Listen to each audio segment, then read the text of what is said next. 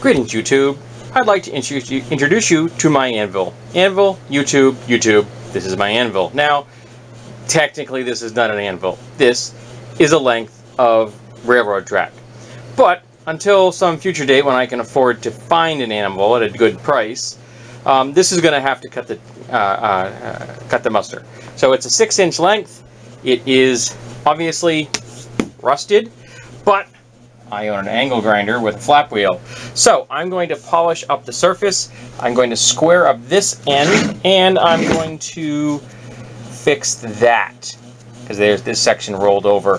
So I'm going to, this side is nice and square. That side isn't. I'm going to fix that, and I'm going to fix that right there. There's also that thing from when they cut this, and I'm going to ignore that. I won't have to worry about it. As long as I've got one end which is square, and I've got the two sides, I think I'll be okay. Now there is a crown to a piece of railroad track that an anvil does not have, and I'm going to live with it for right now and see if it becomes a problem. If it becomes a problem, I will just take the anvil grinder and grind it flat. Until then, we're just going to deal with it like it is.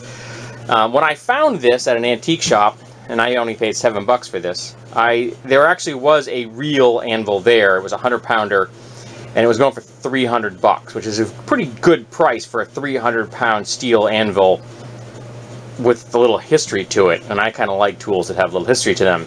I just did not have $300 to drop on an anvil, nor did I have that particular day a way to move a 100-pound anvil conveniently.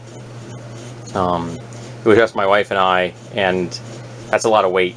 It's in a very small space. It isn't necessarily the weight so much, it's a very dense object.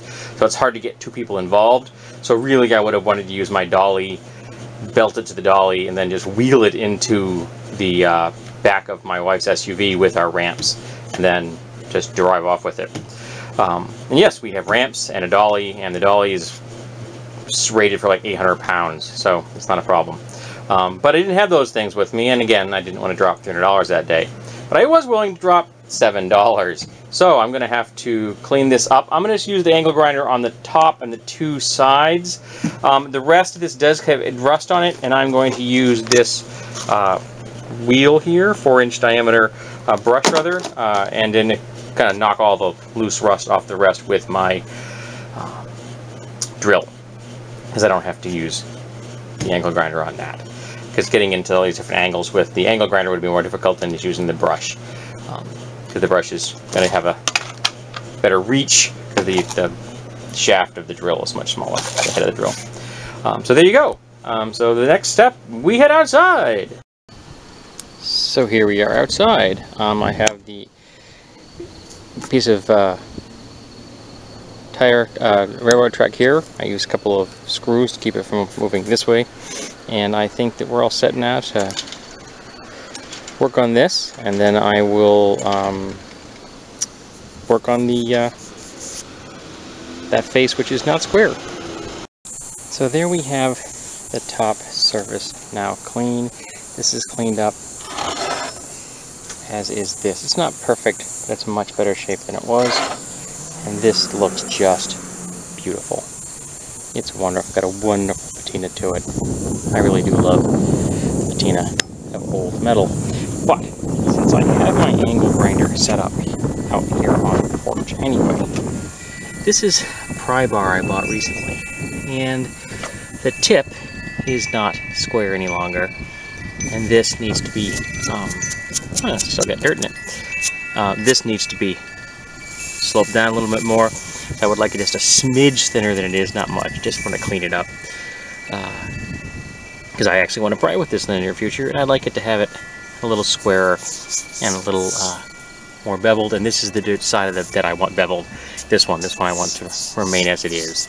So since I've got it already set up, I'm going to work on that now.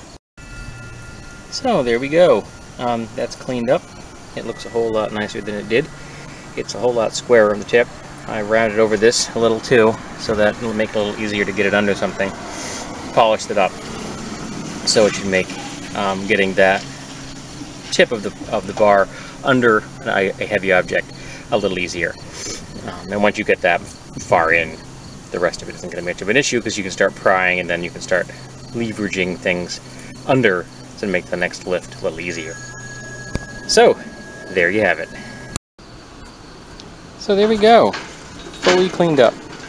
Got the wire brush out, cleaned all the scale off of it, top's been polished, ends are square, side is relatively square.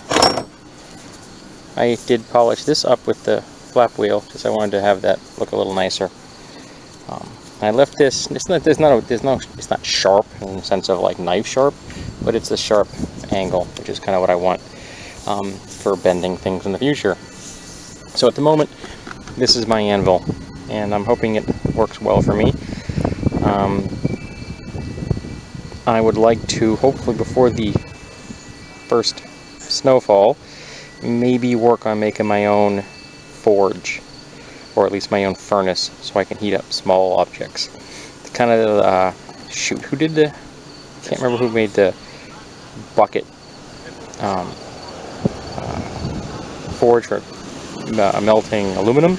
That's probably the kind of thing I'm going to do. I want to be able to get a crucible and actually probably melt some aluminum myself, so I can pour aluminum, both for like make do crafty things, but also as potential handles for knives, solid aluminum handles. That might be intriguing, and also possibly in casting weapon heads, maces, flails, things like that. Just opening up some possibilities. Maybe even doing some casting of solid aluminum objects as projectiles for maybe a sling. I've debated making myself a sling and learning how to use one. The only problem is I don't really have a place to do that.